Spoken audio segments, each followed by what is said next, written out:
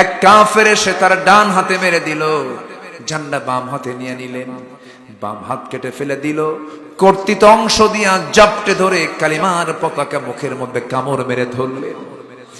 ডান পা কেটে ফেলে দিয়েছে, বাম পা কেটে ফেলে দিয়েছে, মস্তকটা কেটে ফেলে দিয়েছে, মাথা পড়ে হাসি। কিন্তু এই যে শক্ত করে কামড় মেরে ধরেছেন কালিমার ঝান্ডা, একটাবার জমিনে ফেলতে দেন নাই। আব্দুল্লাহ বিন রাওহা নতুন বিয়ে করেছেন, বাসর ঘর হয় নাই, সুদাত হয়েছে, ইজাব কবুলটা হয়ে গেছে। যখন যুদ্ধের সংবাদ চলে এলো কানে, হাতের মধ্যে রং লাগানো, বাসর ঘর, রাত্রিবেলা ফুলসজ্জার রাত, ঘরের মধ্যে ঢুকলেন না। বিকাল বেলা যে ঘরে বউটা বসে আছে সেই ঘরের দরজার পিছন দিকে সেকলটা লাগায়া দিয়া বউকে পিছন থেকে বাহির থেকে ডেকে ডেকে বলছে, বউ আমার, যুদ্ধের ডাক এসেছে, জিহাদে চলে যাচ্ছি, আমার জন্য দোয়া করো, আমি যেন জিহাদে অংশগ্রহণ করে শহীদ হয়ে জান্নাতে যেতে পারি। ভিতর থেকে স্ত্রী জবাব দেয়, আল্লাহর কসম করে বলি, প্রেম নিবেদন করব না, সময় ক্ষেপণ করব না, একটাবার একটু ভিতরে আসুন, আমার চক্ষু দিয়ে আমার বৈধ স্বামীকে একটার নজর একটু ভালো করে দেখে নেই। কেন? কিয়ামতের দিন হাসরের ময়দানে অসংখ্য লোকের মাঝখান থেকে যেন আমি আপনাকে স্বামী বলে চিনতে পারি, এই জন্য আমি আপনাকে একটাবার দেখতে চাই।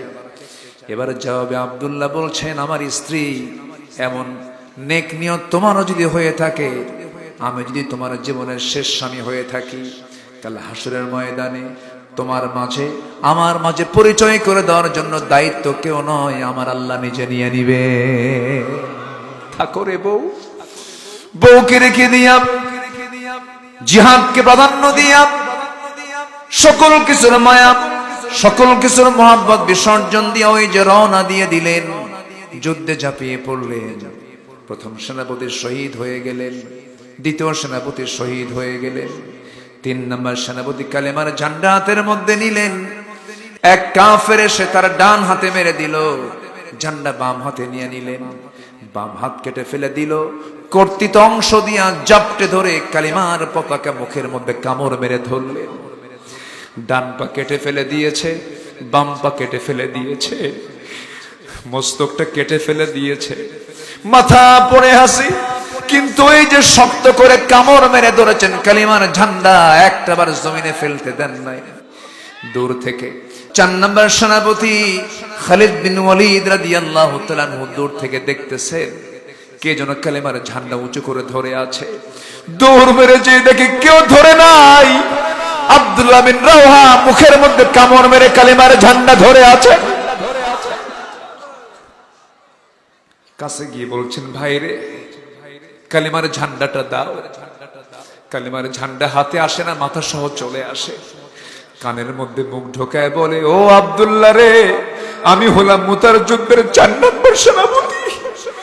মুখ খুলে গেছে, কালিমার ঝান্ডা হাতের মধ্যে নিয়ে নিয়েছে, যুদ্ধ শুরু করে দিলেন। আব্দুল্লাহ বিন রাওহার পরে খালিদ বিন ওয়ালিদ 3000 সৈন্য নিয়ে যুদ্ধ আবার শুরু করলেন।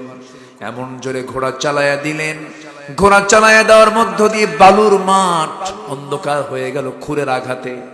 যুদ্ধের কৌশল তৈরি করে খালিদ বিন ওয়ালিদ একা সেই যুদ্ধের ময়দানে 1টা নয়, 2টা নয়, 3টা নয়, খালিদ বিন ওয়ালিদ 8টা তরবারি ভেঙ্গে চুরমার করে দিলেন।